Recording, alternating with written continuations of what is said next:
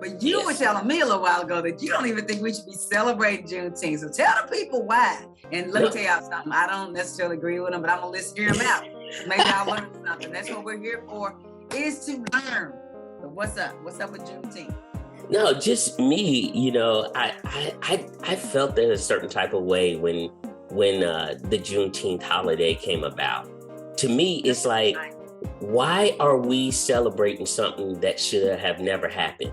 We celebrate someone telling us that we are free, that you're not slaves anymore. And to me, it's like, I look at it as like, I was born in this world free. I should be able to die in this world free.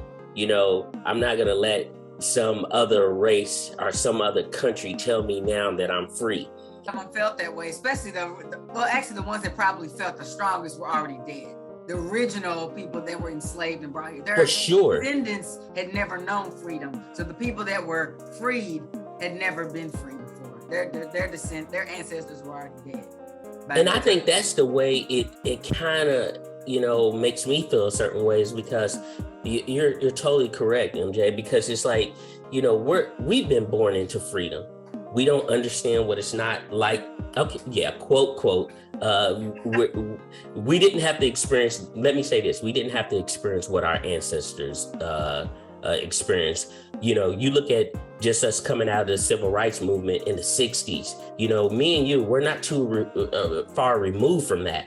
I was born in the 70s. So yeah, I'm a 70s baby. So yeah. we were back in some times where women didn't, and blacks and minority people couldn't vote. So, we're not too far removed from that. And to me, when I think about Juneteenth, it really upsets me. I'm not even gonna lie to you, because it's, to me, celebrate something that should never have been. We should never been slaves. We should have never. We should be glad that happened, because that moved us forward. But the celebrating of it, I see it as an opportunity to get more eyes on the real conversations that need to be happening. But does it?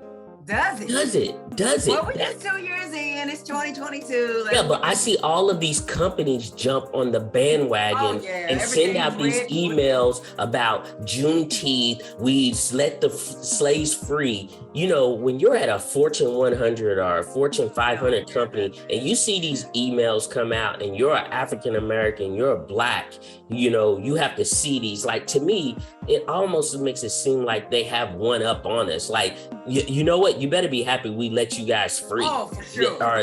We the ones, we're going to celebrate that we let you guys free. And when you see that in companies, and you see that, that's always, to me, is like a constant reminder. Like, y'all should be glad. Exactly. From that perspective, absolutely. So I see it as an opportunity to... Are there corporates that are going to be vultures on? Absolutely. I made sure that all of my Juneteenth shirts that I got, because the first year 2022, I think it was in 2020, or no, it was 2021. I had a virtual Juneteenth celebration. I threw it together about symbols matter, and what you do matters. And yes, we are American, but let's face it, the lyrics of that song, of the national anthem, and all those things, they just weren't true. Because at the moment you're saying all men are created equal, you were literally had your foot on the neck of a whole group of people. So I think people use even the national anthem. I think people use it in different ways. I think they use it in different ways to motivate them. Like, ain't gonna lie, that song, that national anthem, for me, I look at it different. For me, as a student athlete, whenever I had to make it to in wrestling, whenever we made it to the finals of a tournament, that song was always played.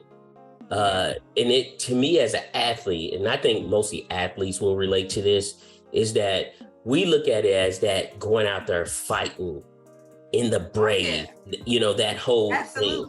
So it got me, even when I made it to the state finals, that song was played, but that was my motivator. That was my go into battle type of mode. So I used to hear that song over and over because, I was really good, you guys. I was that man. Wow. That what we doing, Vernon? We gonna do that? Okay, all right. So I used to hear that. So I have a little different I mean, I'm not perspective against on. the singing of the songs. I'm Yeah. just some of the lyrics in the other verses that they don't sing as Oh, often. yeah, Like, exactly. Yeah, I agree with you on that. okay, but that's not true. You got to remember, like in the earlier days of rap, hip hop, and all, they were talking about topics that were meaningful. Oh, definitely. They swooped all them people to the side and embraced the gangster rap and the demeaning rap. That's the ones that moved forward. But in the early days with your Kumo D and your what's the guy? I can see KRS-One. Just a huge. Yeah. And what it was, we had those folk talking about Big Daddy Kane. Oh, and they had something positive to say. Yes, they sometimes they talked about love and romance and all that as well. But you saw where they decided, oh, those are the rappers we're gonna let survive. And then we saw the anger